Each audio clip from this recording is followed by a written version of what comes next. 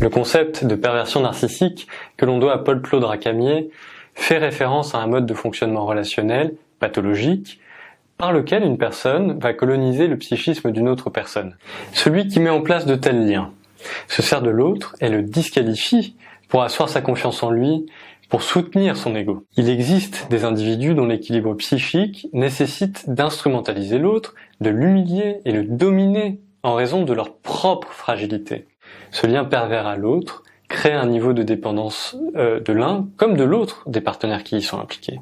Ce concept fait référence à un fonctionnement complexe et les professionnels font attention au fait que la question n'est pas du tout d'identifier un pervers narcissique ou de le diagnostiquer, mais de prendre en charge ceux qui se sont trouvés pris dans ces liens pathologiques et pour qui les conséquences sont dramatiques.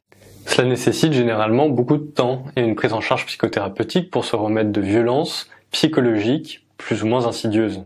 La prise en charge de ceux qui mettent en place de façon récurrente ce type de lien dans leur relation n'est pas aisée. Cela nécessite que la personne reconnaisse sa difficulté, sa souffrance, que le lien d'emprise est justement censé pallier et dissimuler. Parfois, la psychothérapie va être rendue possible par l'intervention de la justice lorsque des faits de violence ont été commis.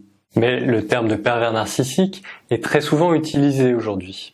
Dans un certain nombre de cas, il désigne des liens devenus pathologiques au sein du couple, de la famille ou de l'institution.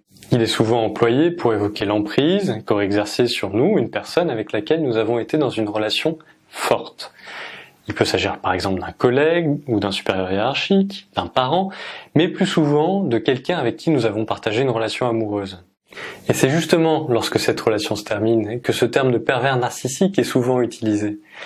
On l'emploie généralement pour insister sur les dimensions d'abus et d'emprise qui ont existé dans cette relation. Lorsqu'on a partagé une grande intimité avec quelqu'un, l'enjeu va être de pouvoir se retrouver avec soi-même, de renoncer à ce que nous partagions avec l'autre et de s'autoriser à en ressentir le manque. C'est un des objectifs du travail de deuil.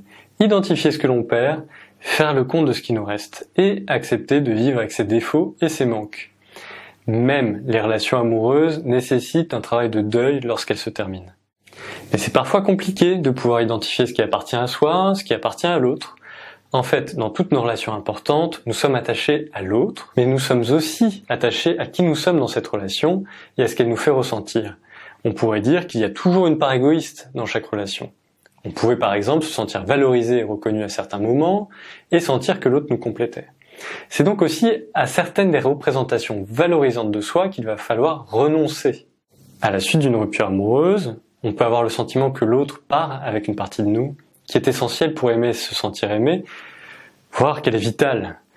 En somme, que l'autre s'est servi de nous pour se grandir et qu'il l'a fait intentionnellement. Donc, désigner l'autre comme pervers narcissique revient avant tout à dire à quel point on se sent dépendant de lui pour aimer et se sentir aimé, et que maintenant que le lien est rompu, on regrette de lui avoir accordé une place si grande auprès de nous. Ainsi, sans le savoir, on emploie trop souvent le terme de pervers narcissique pour parler de ce que l'on ressent, plutôt que pour parler de l'autre et de ses intentions. Ce terme est souvent utilisé comme un faux ami. Il faut donc prendre des précautions vis-à-vis de cette notion de perversion narcissique, notamment lorsqu'elle sert à désigner ce sentiment de perte qui est inévitable dans bien des relations humaines. Je vous recommande l'ouvrage de Michael Benjamin, La perversion narcissique, qui aborde en profondeur ce concept sous un angle psychanalytique. Pour en savoir plus, rendez-vous sur violencesexuelles.info.